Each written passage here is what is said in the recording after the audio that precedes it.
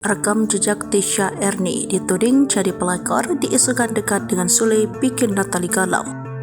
Baru-baru ini Tisha Ernie kembali bikin heboh usai disebut sebagai pelakor dari suami orang. Selebgram itu diisukan jadi selingkuhan pria WNA Singapura berinisial AW. Isu Tisha Ernie jadi selingkuhan pria asing itu pertama kali diviralkan oleh istri sah AW BMJ alias AB. Melalui laman Twitternya, wanita asal Korea Selatan tersebut membongkar tabiat artis berinisial TE yang ia tuding sebagai perebut suaminya. Bahkan diungkapkan Amit, TE telah merebut bayi dan 3 anak kandungnya. Belakangan sosok TE pun disebut-sebut warganet sebagai Tisha Ernie.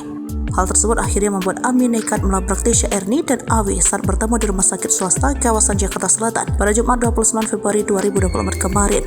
Dalam video dibagikan Ami di Twitter, terlihat Ami berusaha mengambil bayinya yang digendong TE. Alih-alih memberikan, TE justru melotot dan berlari meninggalkan Ami yang histeris.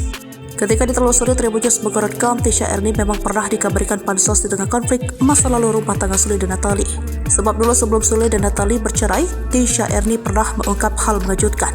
Wanita kelahiran 24 Juli 1965 itu mengaku sempat jadi teman tapi mesra Sule.